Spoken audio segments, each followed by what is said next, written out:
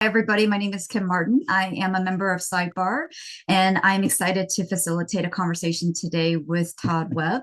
He'll be speaking to us on the topic Busy is not the job, multiplying is, the four directions of a leader's attention and where yours really needs to go. I am really excited to specifically introduce Todd because he's also a member here at Sidebar. We are a referral and member referred led organization with that are built on the values of growth, showing up, accountability, and also generosity. We really believe in building relationships first in order to help each other better understand how we can be better leaders, better product managers, better COOs, better founders and solopreneurs, essentially whatever identity and role we want to take on professionally. We really believe in building relationships first to be able to help support each other and provide candid feedback. I know that personally the relationships that I've built within Sidebar have been incredibly invaluable to help me better understand where I want to take my next step and to be clearer on who I am going forward and what my next chapter is. And I will also say that the relationships I've built are beyond any role, any company, and any politics. These are the relationships that I'll carry with me no matter where I go, and that in and of itself has been one of the most valuable things. Again, I am very excited to introduce one of our members, Todd. Todd is a advisor and coach. He works with founders and technical leaders, your CTOs, your VPs of product, and even directors. He helps clients who sense that their old approach, their old leadership models just won't work anymore and get them to the next level of leadership and growth. He has over 30 years of work leading product. He has got over 30 years of experience leading product and engineering teams across multiple industries such as manufacturing, healthcare, consulting, and e-commerce. He's worked with global organizations, from global organizations to venture-backed startups, through hypergrowth and even two acquisitions. He currently lives in Chicago. And I think, Todd, if there's anything else that you want to share, feel free to take it over. Thanks, Kim. No, that's a great intro. Um, Folks, as it says on the screen right here, if you would turn your camera on, I'd love to see your facial reactions and things while we're talking, get a sense for whether you're getting it or not. You might want to have a pen. We're going to do something together, and you might want to have something to write down with. But we're also going to use chat a lot. So open your chat window, make sure it's there, because I'm going to ask you to put things in chat. This is interactive. It's not just me talking all the time. So I hope we're going to have fun together with this, okay? So let's start with this. In the chat, why are you here? What do you hope to learn today based on the title of the talk?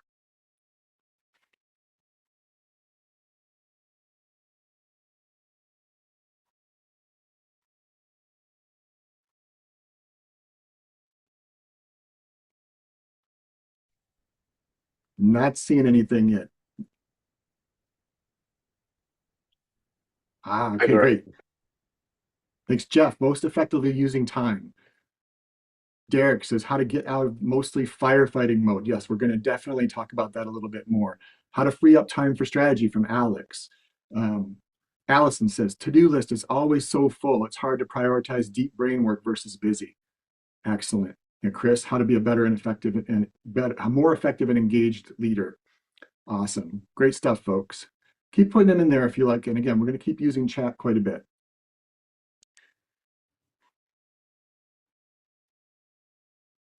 The title is Busy is Not the Job. And I want to start with a quick story. Years ago, I led a team that I loved. It was a fantastic team. I had one of the best senior level engineers on that team, and they were a challenge for me to lead.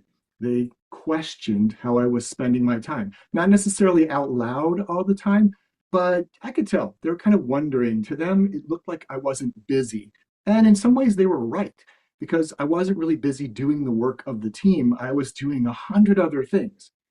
Well, I left that company, and about 6 months after I left, I sat down for coffee with that engineer. And the first thing they said to me was, I never knew all the things that you were doing. You see, a new leader had taken over that team, and that leader was way stronger of an engineer than I am, was definitely far more in the work of the team. And there was a difference in the gap they noticed.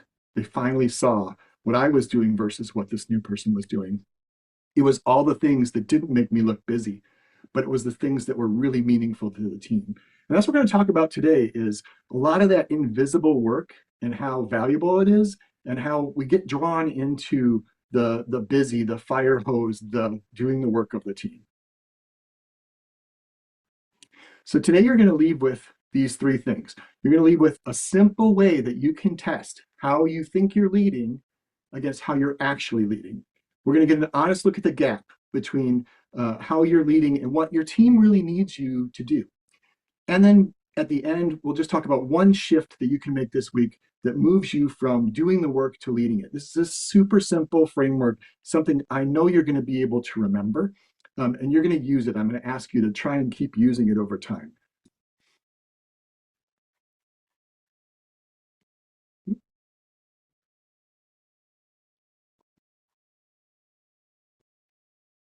So here's the model we're talking about. It's about time and attention, but it's not the way that you normally think about time and attention, right? Oftentimes we talk about time and attention as, how efficient you're getting things done, the GTD stuff. And what we're going to be talking here about is how you direct your attention, right? So the circle here represents a team, an organization, a company. And even if you don't have a team that you're managing, it can still be the business that you're trying to create. So it can apply to you. Even if you're a leader and you don't have a team within your company, but you work with a team. Often this is the case for product managers where they're not managing the people, but they have a team. That's what's in the circle, okay? Um, in, you'll see there's four words: in, on, around, and away. These are the four ways that you can direct your time and attention. And we're going to walk through each one of those today. So in is the work of the team. It's the stuff that keeps your team running every day. It's when you are shoulder to shoulder with your team doing the stuff that that team has to get done. Now, I know you all have different contexts, so we're going to choose a context to think about this a little bit that's everything everybody can kind of relate to, which is imagine you run a restaurant. You've all been in a restaurant. You kind of see them on TV all the time, on Food Network. So you're running a restaurant. I want you to put in the chat, what is the work of the team in a restaurant? It's not a trick question. You know what this. Serving the customers, Derek says.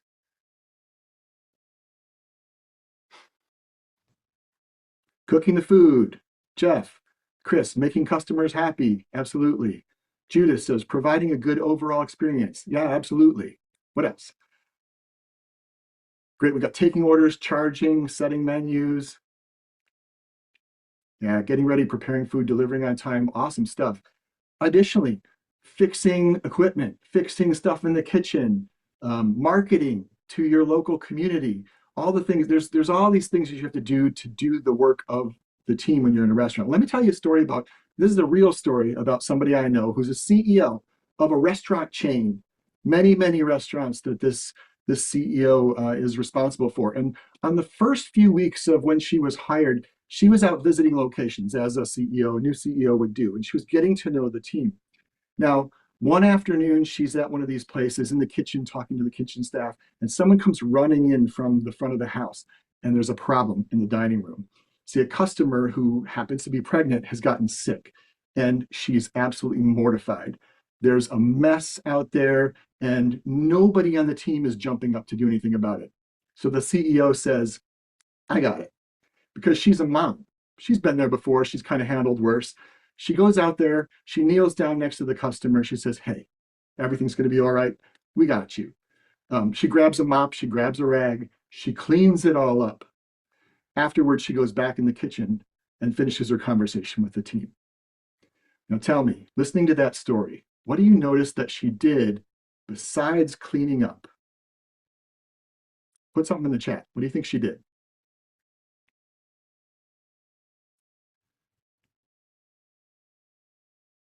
Supported the staff who were stuck. Yeah. Taught her team leadership. Good one, Chris. Engage with the customer, Allison. Yes. Kumar, showing what should be done and how. Awesome. Led by example, Shrag. Awesome. These great examples. And that's exactly right. Throughout this, I'm going to talk about these other ways you can use your time that are not spending time doing the work of the team. And what I want you to take away from this particular thing is that when you're doing work of the team, when you're working in the team, the best leaders don't just do the work. They do it for another reason. They do it to earn trust from their team. They do it to set how the culture should be on that team. They do it to show just how what kind of a leader they are, right? So doing the work of the team, great, fine, it's fine. But think about it when you're leading as a way to do something else, because you ultimately are, because your team's watching you. Okay. All right. On is when you're facing the team, but you're not working in the team. This is when you're improving things about the team. You're improving people, teams, processes.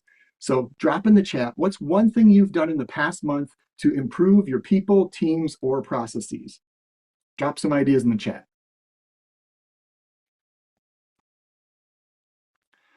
Prioritize. George says prioritize. Alex says training. Great. Vic, hiring. Yes. Strengths coaching. Naomi. Mm-hmm. Created an onboarding checklist for new hires to not miss important steps. Great, Allison. Creating new roles. Nicole. Automation. Bajana. Awesome. Yeah, great stuff. When you're working on the team, you're working on the team, you're multiplying. Okay. And one thing that's really important to know about this is we've all heard of delegation. We all know that we need to delegate more as leader. And delegation is one of the ways you're working on the team. You're taking work that you're doing and you're giving it to the team because they could do it.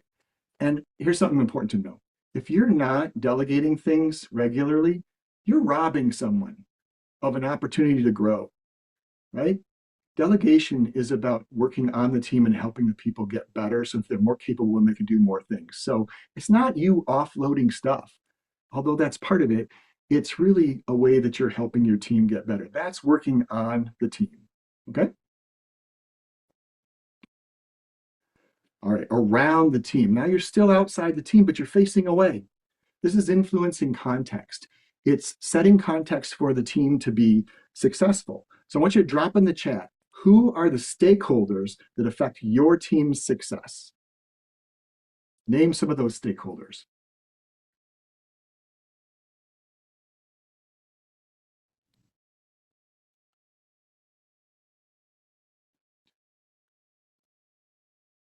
Allison says hiring managers, department leaders, C-suite, absolutely. Gary says clients and suppliers.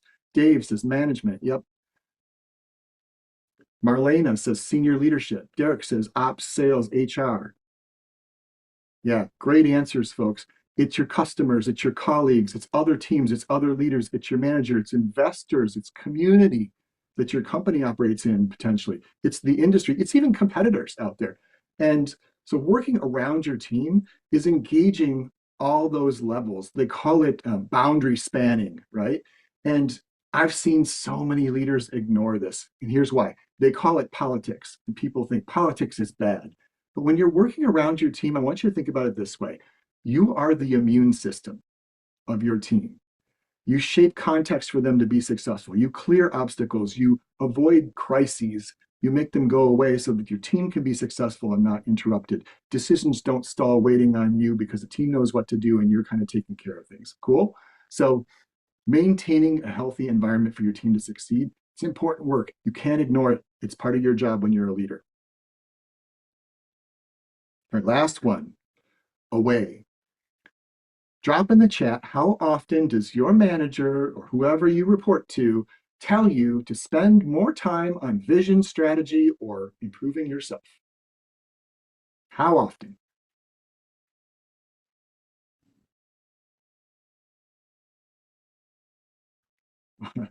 Yep, Marlena. Honestly, not that often. Yep.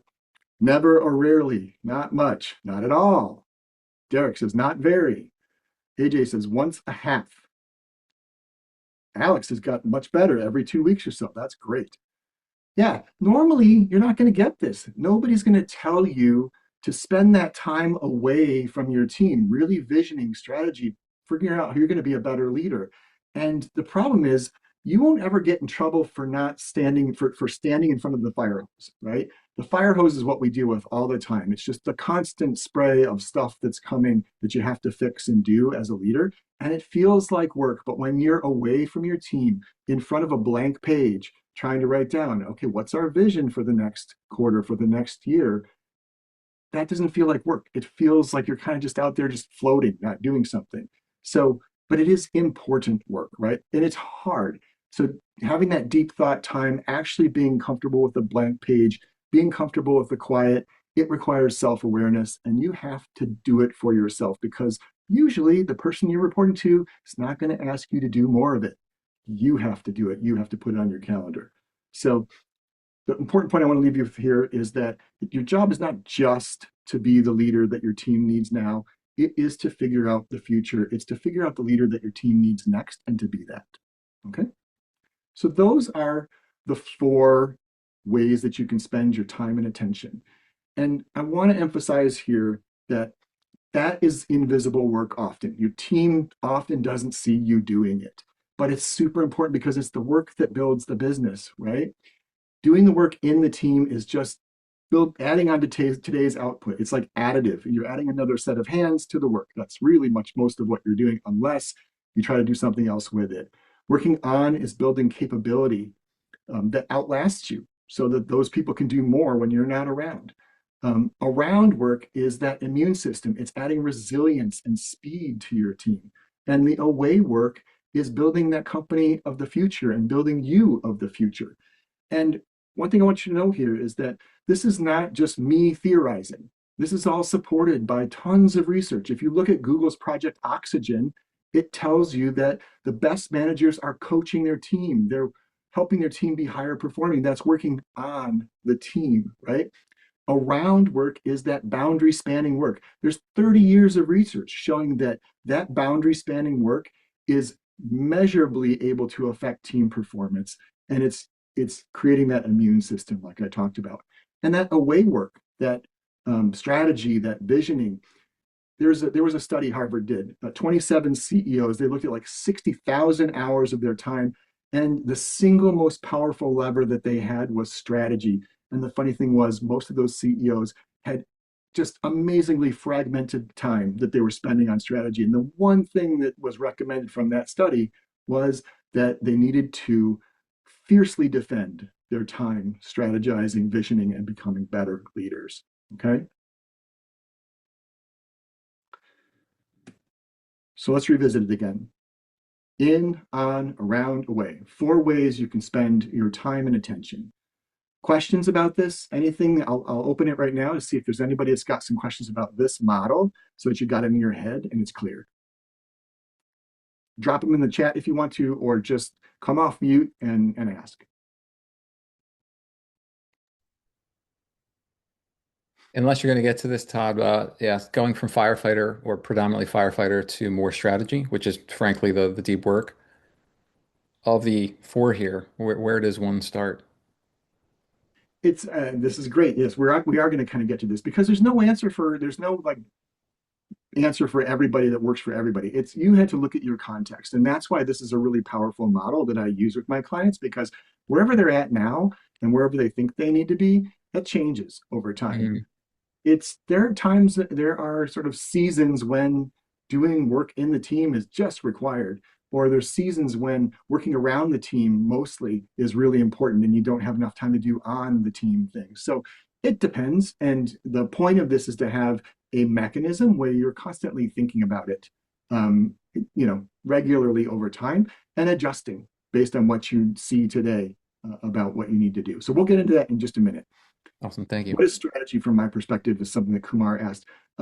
It is it's really contextual based on your team. If you own, say, a platform team within a large company that's doing something for other parts of the company, it could be your strategy for how you're evolving that platform over time so that it can suit the needs of the company and sort of support the strategies of the company overall. So it matters just based on what your team is.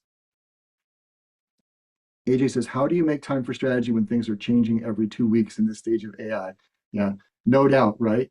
Um, you block off time for it. I think part of what you're getting at, AJ, is that strategy might be changing, but I think we can. That's maybe is another conversation about what strategy really is. We could get into in a different time if we want to talk about it. But I think strategy, if you're doing it the right way, should hopefully be a beacon, even if AI is changing a lot of things over time. It should still be something that's defined more, maybe more business level, even so that it can be relevant, even though things are changing a lot. All right, let's move on. What we're going to do now, this is where you can use a piece of paper if you like. I want you to think about the last month. I want to think about how you spent time. This doesn't have to be exact. You don't have to go count up all the hours. You kind of have an idea. I want you to write down the numbers, percentages, add them up to 100%, in, on, around, and away. And if you're comfortable sharing them in the chat, go ahead and share them in the chat. But these numbers are for you. I'll give you a minute.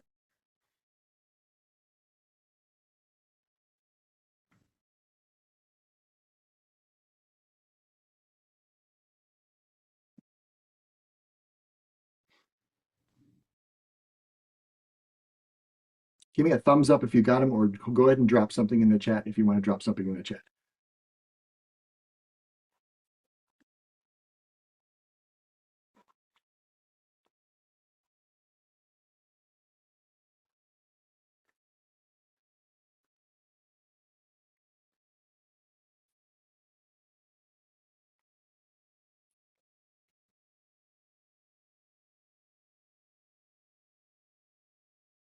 All right, we're getting some thumbs up here.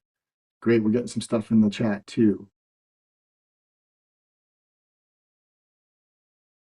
All right, take a look at those numbers. What do you notice about them? Just look at them now. What do you notice about them?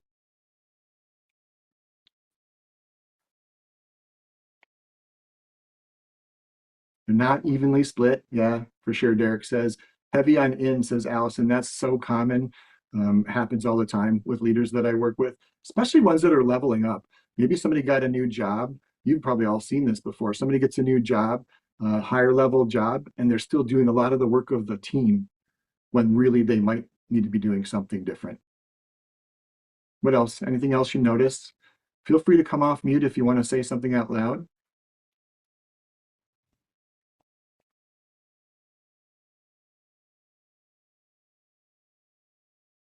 Yeah, great point. Vajana says gravity exists towards the in. Totally does. All right. Todd, that's an interesting comment. Mhm. Bajana, could you talk to us a little bit more about what you are experiencing? Sure. So, in terms of gravity existing towards the end, it's really about that strategic job of the PM to ensure that the gravity of focusing on the team and what is there does not overpower the full strategy and purpose of the company at the stage that the company is in. So it really depends on the stage uh, uh, where the ideal mix of in, out, around, and away should be. And just like the speaker mentioned, there's seasons to all of this. Depends on the company stage, but I have to add now, depends on the team needs, on the market needs at the time of how well it matches the vision and so on. Yeah.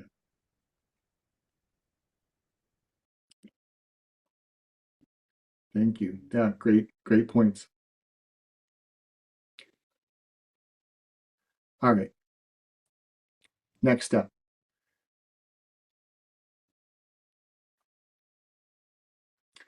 In a few words, what's the greatest challenge for your team, organization, company right now? The thing that's most salient to you.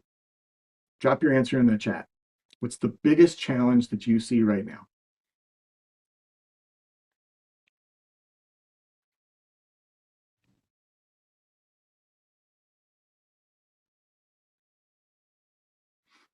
North Star clarity.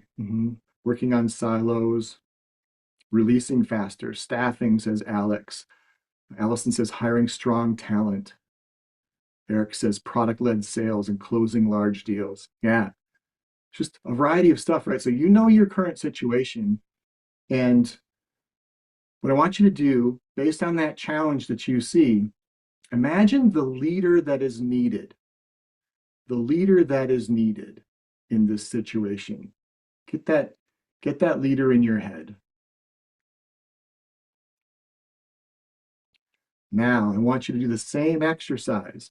Write down the numbers, and this is not a correction of your previous numbers. This is as the leader you envisioned, the one your team or company or organization needs right now, given the challenges that are there. How should the time and attention be spent?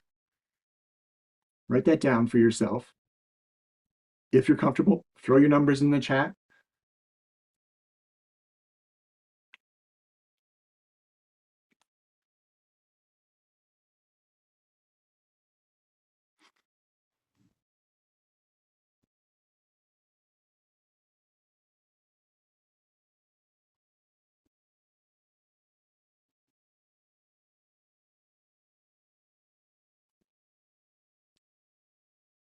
And what do you notice about what's needed by your team, your organization, your company?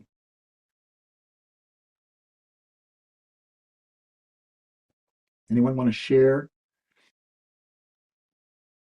I can share if you can hear me, Todd. Yeah.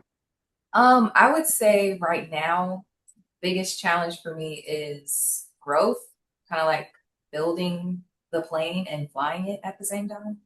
Mm-hmm. So we have done a great job growing the team, and I can do that because of the around work that I'm doing, how you would describe it. But I'm spending a lot of time there where with that growth, I think what I'm seeing, I need to do more of the on work too, because with that growth, I need to make sure that my team and those who are stepping up to lead have the right support and development as well. Yeah. Yeah. Great observation. Anybody else?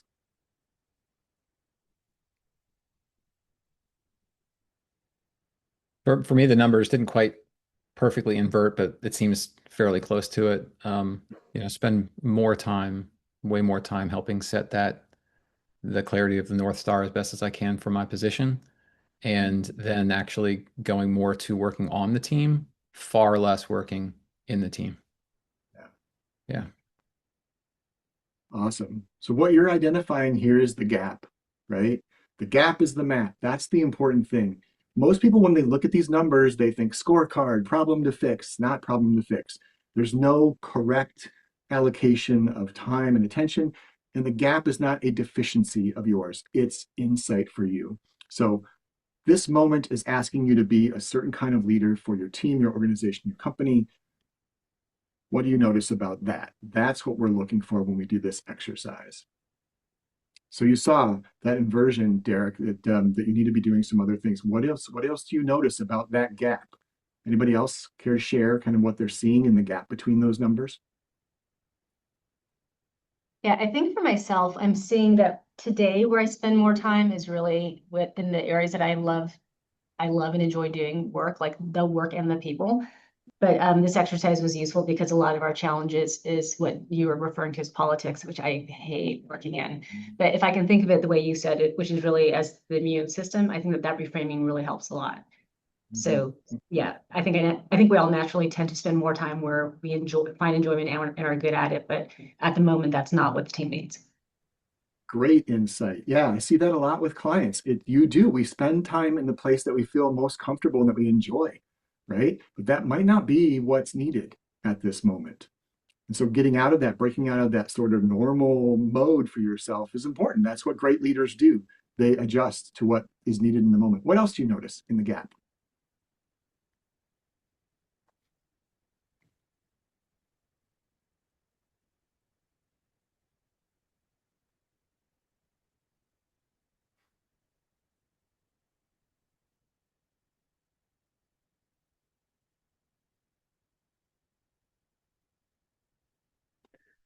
I'll take a swing at this. I think kind of related to what was just said, like what we enjoy is the opportunity then to recruit the assistance of others who have strengths in those specific places and maybe align with them so that we can, right, stay aligned to the things we enjoy, but also make sure we're being smart about tapping into others where they have strengths where we may not.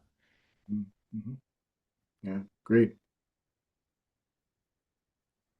All right. You've got the gap. You've seen the numbers. You've seen what needs to be done. You're starting to think about why you might be stuck in one uh, area versus another. So this is the time for you there. Again, there's not a right answer, but looking at that gap, what's one action you're going to commit to taking in the next week based on what you see in that gap? Drop your action. If you're comfortable, drop your action in the chat. This is what you're committing to do.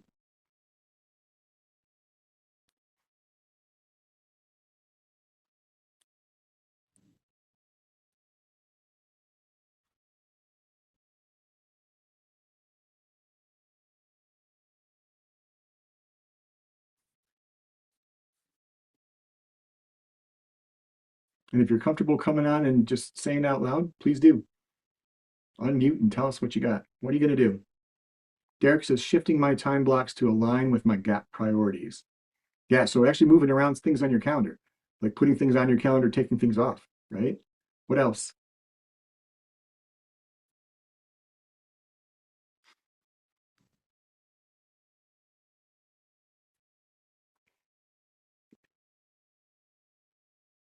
Naomi says, prioritize face time with peer leaders where we have the most friction. Great. That's around work, right? Starting to set the stage for your team to be more successful by building a great relationship. You know, politics, it's not bad, right? Politics, just that whole engagement with people around you is about building alliances and talking with people that you need to be able to work with, so that when the time comes, you know each other, right? You can do better things because it's easy to approach each other. Even if there's friction there, it's easier to approach when somebody kind of knows you more. You know something about each other. You've spent time talking. So good, important work to do, that around work. Eric says, deliver the tools sales teams need to effectively sell new products. That's working on, right? It's helping that sales team be better at what they do and delegating tier one compliance work. Absolutely. Just because you can do it, maybe even you think you can do it better, does not mean you shouldn't delegate it. If it really can be work of the team, you should give it to them, right? Otherwise, you're taking away an opportunity for somebody on that team or multiple people on that team to grow. Awesome. So what I'm going to ask you to do, this is super simple. You know this now. I'm sure you can all repeat it. In, on, around, away. Super easy to remember, right? So drop 10, 15 minutes on your calendar each month. You can even do it in 5 probably, right? Drop that time on your calendar and just do this exercise. See what happens for you. Like I said, it's going to change over time. You're going to think, what I needed last month is not what the company, the organization, the team needs from me this month. So I need to look at that gap and figure out what I'm going to do differently. Really powerful practice, super easy to remember, which is why it can stick, right? It's why my clients love it. It's such an easy thing to do, and it's powerful. It helps you really think about the kind of leader that your organization needs you to be. And that really, folks, is the job. I said busy's not the job. Standing in front of the fire hose is not the job. The job is being the leader that they need you to be in this moment and next, right? So that is what I hope you get out of this talk, is that being a multiplier, doing the work on the team, working around the team so they can be successful, thinking ahead and being the leader that they need next, not the leader that they need right now. That is multiplication work, and that's the job of a leader.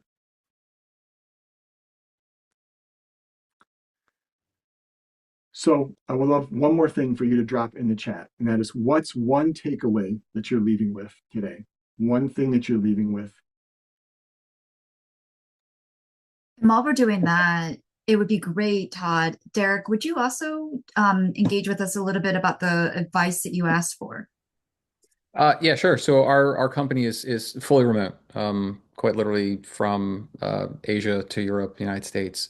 And so I have found that the around work, which in previous jobs that were either hybrid or in person, so much of that is handled over the after work drinks, the hey, let's go grab lunch, let's just go for a walk, get out of the office. It's so much easier and effective when it's not the focal point. And what I found being fully remote for some time now, the around work seems significantly harder because it's you just don't have that kind of this other thing is the focal point, and but we also happen to be talking about politics, almost like the golf solving the big business problems. So I'm just curious how other people have addressed that if they've ever been in that position.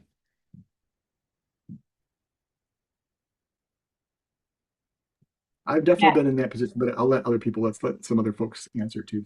Yeah, and this would be really tactical, Derek, but because I'm in a situation where we're definitely in office, but I'm remote from everyone I need to influence. They're all in New York and San Francisco. So I've had to um, manufacture that kind of like happy hour, just get to know you as a person kind of events. And so the things I've done is for sure going back to my action for myself, the people that or the people who are most filled, we have the most friction filled relationships right now. The good news is half of them I'd had this kind of let's talk about our dogs, our kids, our favorite sports teams before. So I have like those deposits in the bank that I can lean on. The ones I'm realizing now where I don't have that deposit in the bank with them, I do want to just have a 15-minute, let's just chat. I'm curious about you as a person, and then we'll talk about work in another meeting. I almost have to be really, really intentional, and it almost feels staged, but like, I just want to talk to you about where you came from, your journey, and let me tell you about mine. There's a template I'm happy to share with you that we do this for all of our teammates and our partners, where we ask them to fill in it's called a form, FORM, but it's like a free form one pager that's like, what's your family? Tell us about your family, your occupation, your what you do for recreation, and what motivates you. What is your why? And I've seen some amazing creative like clip art or photos of dogs and families or photos of their, them playing football somewhere. And that kind of like sharing, it's almost like a kindergarten task of show and tell your form. And all of a sudden, all of us in the room can relate to that person on so many different angles. And it just, that's how I've had to manufacture that remotely. I love that. Thank you. Yeah, and I'd love to see that the template if you can share it. Yeah. Thank you. Happy. So I can add a couple of things. Having worked a lot with remote teams and just widely spread just people in a larger company, one thing you probably notice is that when you get on Zoom calls or whatever, the tendency is to jump to work, right? It's like we don't have time. We have to get right into the work right now, right away.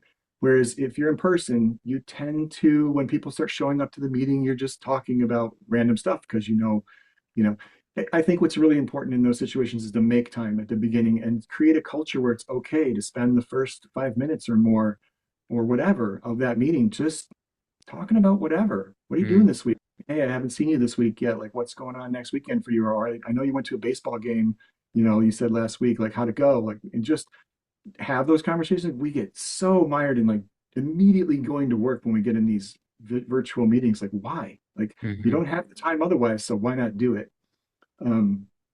Yeah. Awesome. Thank you. Yeah, it's another thing. I missed that where it was more things in person. Even if you were doing it as part of the process up front, you also got the tail end, right? It's like you literally Yeah. everybody closes their notes and else, and now you go right back into the, hey, what are you guys doing this weekend? What's everybody, and it's just when it's remote, I found that part's really missing. So That's kind of stuff you can do by example too. Like you can not be the one that immediately shuts off the meeting. Like stick around, just say like, "Hey, I'm gonna hang out for 5 minutes." If anyone who just wants to chit chat, a little bit, and just be the person that shows it's okay to stick around for a little bit and have a little that fun conversation afterwards, right? cool, cool. Yeah. One thing I'll add is that get really good at asking deeper questions. I think we spend way too much time surface level and way too much time on solving the problem versus like, hey, Derek, I noticed that you kind of crunched up your face when I said that thing earlier in the meeting. Like, what happened there? It's like it's a deeper question about like what's going on in your. I'm trying to understand, Derek. I'm curious, like what's going on in your head. Mm. Really want to know how you think because if you think differently than the way I think, then we're going to have trouble. But if I understand how you think, then I can have a better way of interacting with you. So asking those powerful, deeper questions is a great way to do that, even when you're remote. It's just a different way of being as a Yeah. leader. Awesome. Thank you. Great. Lots of ideas I see in there about things you're going to do. Yeah, write them down, do them. Again, this is a super easy exercise. You can do it anytime you want, super easy to remember, which is why I love it. And that's all I have for today. So I just want to say thank you. This is just a little bit of a part of what I call high leverage leadership. If you want to learn more or chat, you can always find me online. There's stuff right here that shows you where you can find me on LinkedIn and elsewhere. And yeah, happy to stick around as long as we have more, Kim, to answer any questions or just chit chat with folks. Yes, would definitely welcome everybody to stick on or to stay on and stick around and have a conversation. Just like what Todd was just saying, we could also even chit chat for a little bit. I would love to have some of that too. Meanwhile, we do have a sidebar survey that we always share at the end of these sessions. Again, one of our main values is growth and learning and getting better. And part of that is making sure that these sidebar sessions are providing the content and the value that you all are seeking as you think through how to become a better leader, a better function in your role, whatever you're looking to grow in. Our sidebar sessions are intentionally set up in order to help support that. So please let us know what you think. I am just about to share the link and also share the QR code. So here is the link to the survey in the chat. And then also, if we have any questions, I did see a comment from Gary that I think would be interesting to dig into. And then Kumar, looks like you've got another question as well. So Gary, could you chat with us a little bit about your comment? Yeah, okay. Whoops. Yeah, so I'm a team of one. I mean, that's corporate GE type thing, but entrepreneurial now. And I have this, Sunday night great list of all these really valuable things in all quadrants I want to get done. And then all of a sudden I get, requests from customers for quotes or follow-ups or clarifications, etc. And they're the number one priority. So I end up at the end of the week with most of my to-do list is still there. But maybe that's just the challenge of being a lean team. Yeah, I think what you're getting at is that the fire hose never goes away. So spending that time on those other things is really up to you, right? If it's even, and you have to just decide in your situation. I know it's tough when you're an entrepreneur because the fire hose is massive and huge, and it just, it is never ending. And it's, when you look at it and you think about like what leader your team needs you to be right now, if it needs some of that away time, it's just up to you. Even if it's a half an hour somewhere here or there, it's up to you.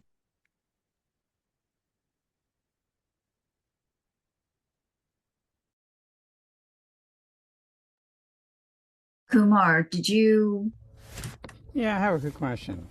Thanks. It's a very interesting presentation. It's very helpful as well. One of the things is, how do you work for a company that measures by task list? That's all they care. Everyone goes around and they recycle stuff. This is kind of your quarterly financial results. You don't sell it this quarter because you need something for next quarter. You just hold off on that, right? Those type of things. People just churn out stuff because the bottom line is they look at the checklist. How many did you complete? Mm-hmm. And your question was there's no value for a strategy work or other higher priority work or impactful work. Right, right. Well, what is that? I guess I'd throw a question back at you. What does that tell you about the culture of the company and the leadership of the company? It tells me many things, having worked for different companies. But I think, that's the biggest issue, right?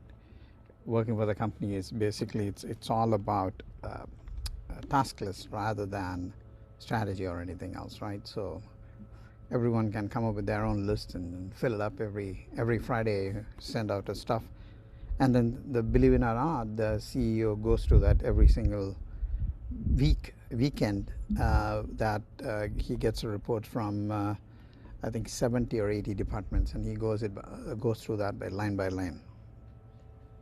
Mm-hmm. Yeah.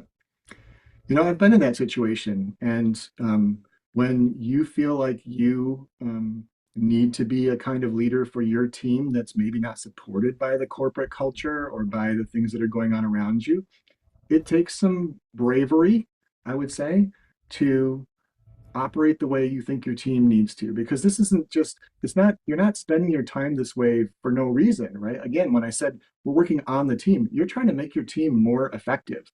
right? So maybe in the short term, that might mean you're not sort of pumping things out or getting things done that the team would be doing, but you're trying to make that team more effective so that later on they're kicking butt, and they're meeting the goals that that company needs, or you're providing them with motivation because you've spent time on vision and you can really articulate it to your team, the why behind the work that you're doing. You've spent some time on that, and it makes your team a better team. It makes your team the kind of team that other teams want to interact with and work with.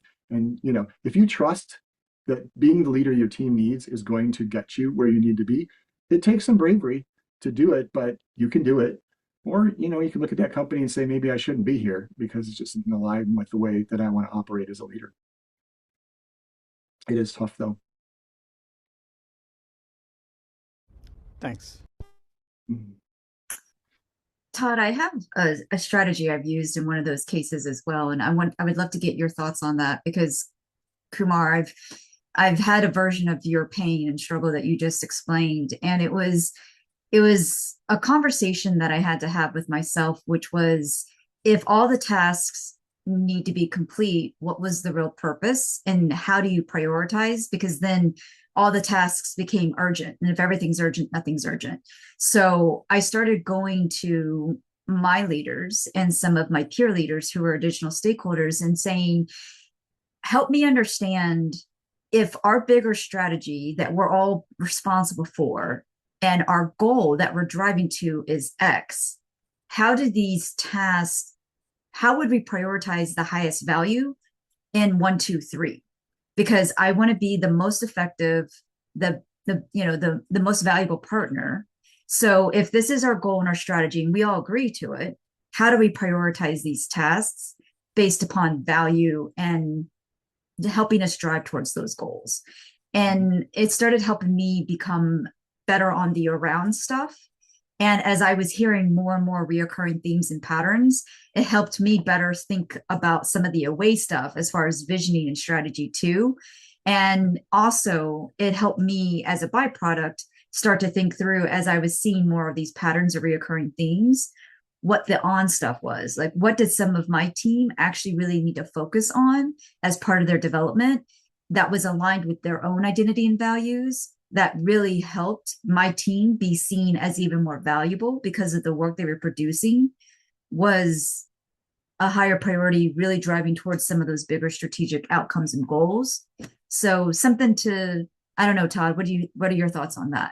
Yeah, you brought a lot of those elements in, and that's exactly I think what you're getting at is that these elements are what multiplies your team, right? Knowing what priorities are, if you can get that nailed down. I mean, your team can't break the laws of physics. Like, they only have, two hands and things so much time that they can do every day. So working around is a great way to get a sense for where you can push the boundaries of what you can and can't, like what you could hold off on doing until later because maybe somebody's going to support you in a different part of the company.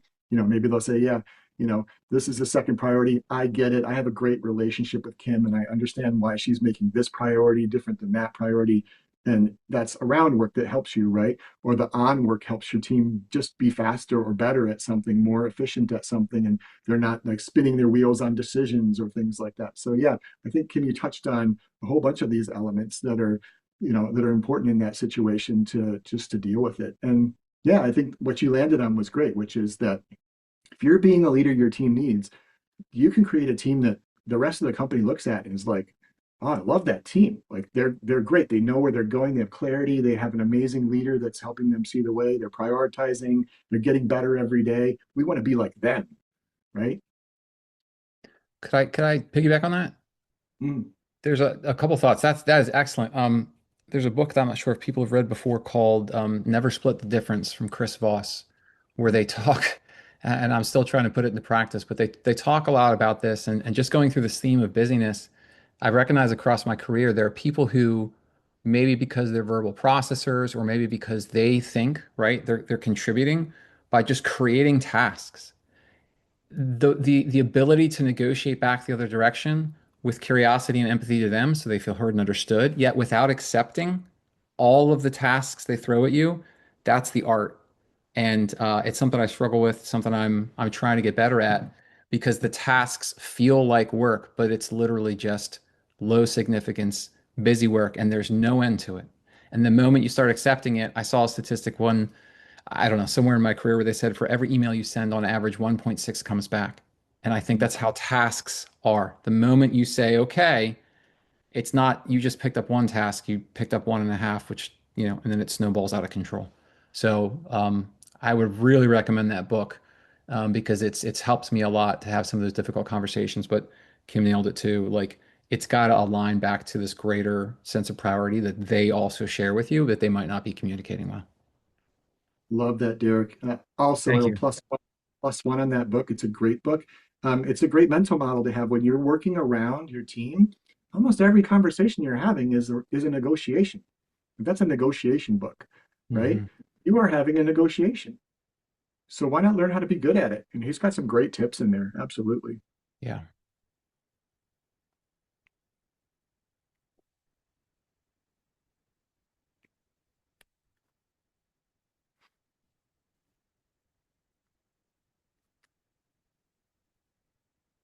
Any more thoughts?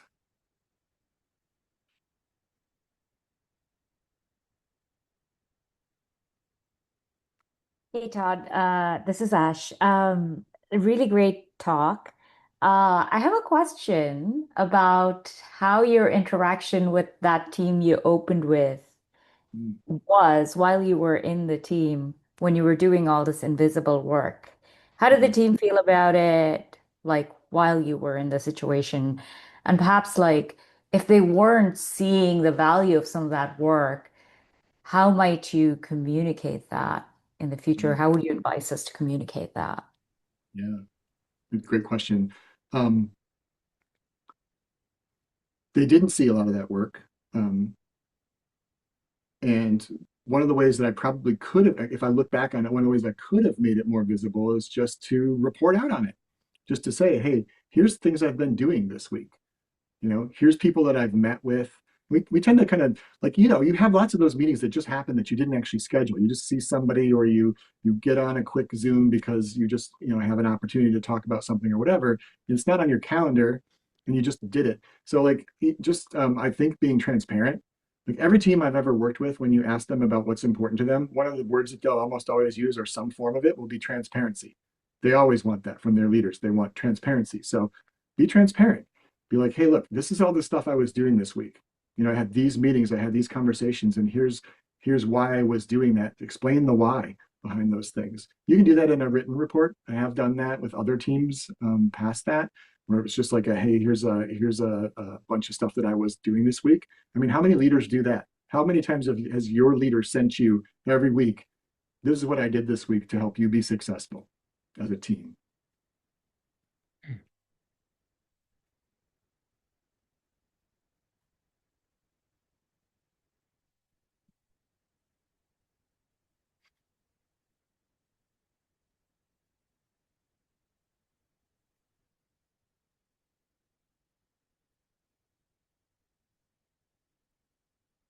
And I'll emphasize one other thing from that. The why matters. Um, the more you can spend with your team, always explaining why. Why are we doing this thing? Why do we have to fight this fire? Why is this change happening? And it really teaching to the best of your ability, teaching about why it fits in the business, how it fits in the business. What's the contribution? If you're not tying the work of the team to what's important to the company, where it's going, and able to articulate that and do it over and over and over again, we always forget as leaders how repetitive we have to be. Repeat over again. This is why we're doing this. This is why this is important. This is why it's exciting to do this work, or it's important to do this work, or why it's helping us reduce risk for the company, or achieve some, a goal that the company has. The why, super important always. And that helps them understand why you're doing, like, again, some of this other work outside the team. When they understand that we need to do it for this reason, for these things that are going on. And I had these meetings to try to set the stage so that we can be successful in making that happen. Right.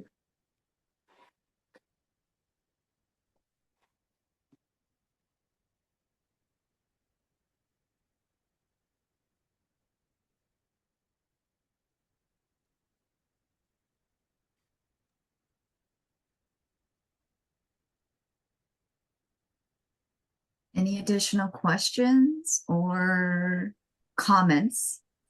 Any other stories that someone's now realizing they've used this framework and it's worked for them?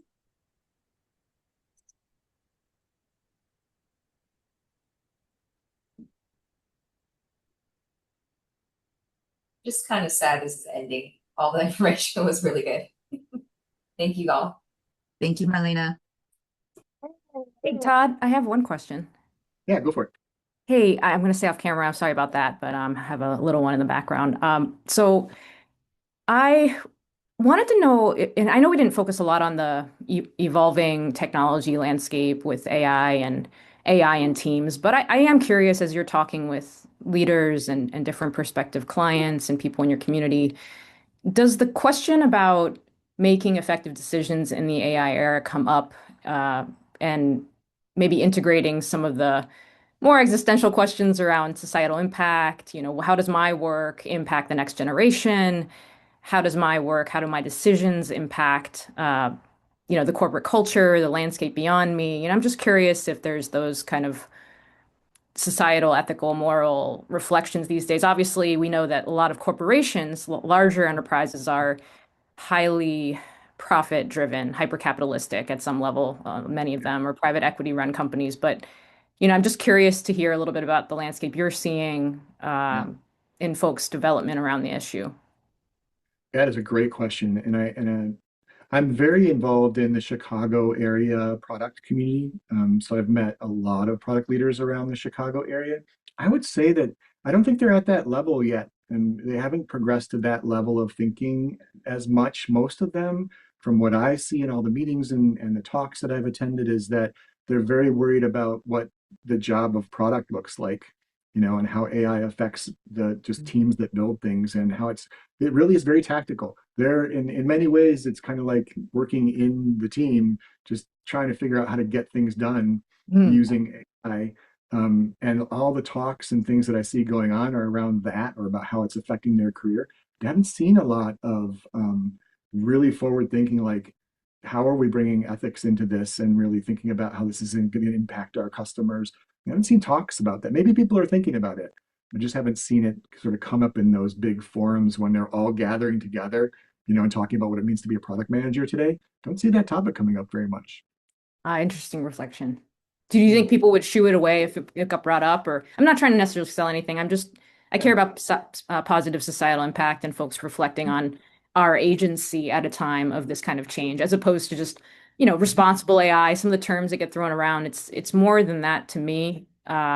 There's what the humans have to do to shape the future and how we can be proactive in affecting even like what's focused on from a frontier model perspective and a hyperscaler perspective. I think we have more influence than we perhaps give ourselves credit for, but I think it will take a little bit of an army to mobilize thoughts and direction around how leaders and enterprises and different companies may affect the direction of this emerging technology and the application of it. Yeah, Nicole, I see a real need there. I think there's a need for leadership in really driving that conversation. And I would tell you, like, I've known many of these people in Chicago for literally decades, like at least a couple decades, many of them. So I know them really, really well. I know the backgrounds and the kind of humans they are. I would think if you brought it up, they would care and they would engage. I think there's not enough voices out there right now that are framing that conversation in a way that those folks can really engage with in a meaningful way. Because again, it's almost like a hierarchy of needs kind of thing, right? Like it's like survival mode. It feels like for Sure. people in that profession right now, versus okay, we got this. Now let's really think about the higher order impacts of what we're actually doing. But I think they would engage with it. It just needs that leadership. Yeah, absolutely. Or maybe the two are connected in a way that they don't see. Okay, Mm-hmm. cool. Thank you so much, Todd. I appreciate your insights. Of course. Amazing. Thank you so much, everyone, for being so engaged, so active, and really making this a rich conversation. And Todd, thank you for sharing your framework and your wisdom with us. The experience that you've had in leading teams really shows in the richness of the content that you've provided. So thank you so much. And just so happy to have you as a member of Sidebar as well. Thank you, everybody, for joining us today, and keep your eyes out for additional sessions. Thank you so much.